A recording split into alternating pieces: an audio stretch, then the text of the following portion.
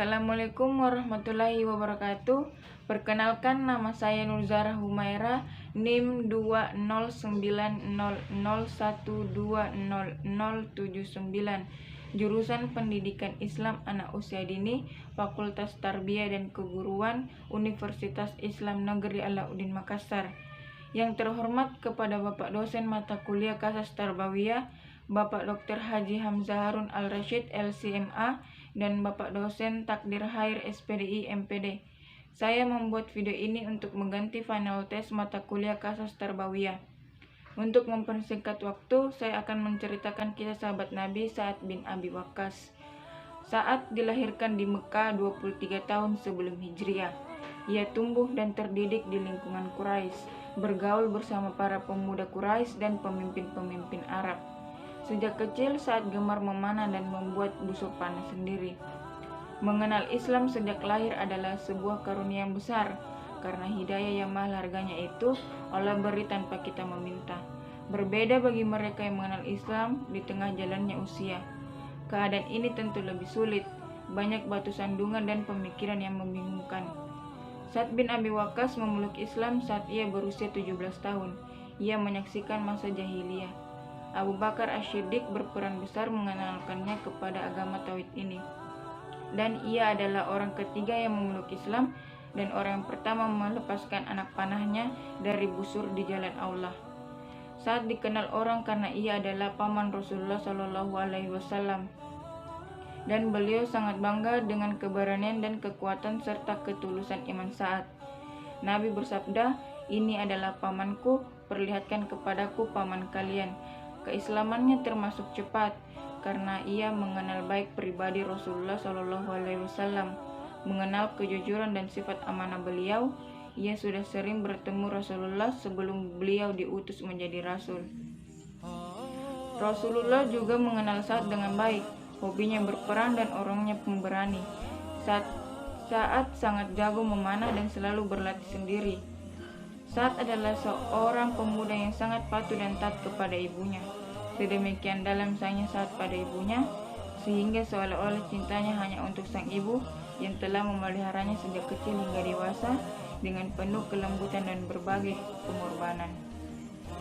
Ibu Sa'ad bernama Hamnah binti Sufyan bin Abu Umayyah, adalah seorang wanita hartawan keturunan bangsa Quraisy yang memiliki wajah cantik dan anggun.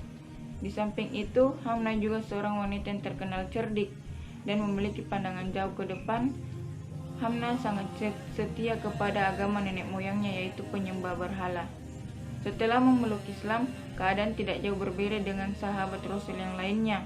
Ibunya sangat marah kepada Sa'ad. "Wahai Sa'ad, apakah engkau rela meninggalkan agamamu dan agama bapakmu itu untuk mengikuti agama barumu itu? Demi Allah, aku tidak akan makan dan minum sebelum engkau meninggalkan agama barumu itu." Sa'ad menjawab, "Demi Allah, aku tidak akan pernah meninggalkan agamaku ini." Sang ibu tetap nekat karena ia mengetahui persis bagaimana anaknya sangat menyayanginya. Hamnah mengira hati Sa'ad akan luluh jika melihatnya lemah dan sakit. Ia tetap mengancam akan terus mogok makan. Namun Sa'ad lebih mencintai Allah dan Rasulnya.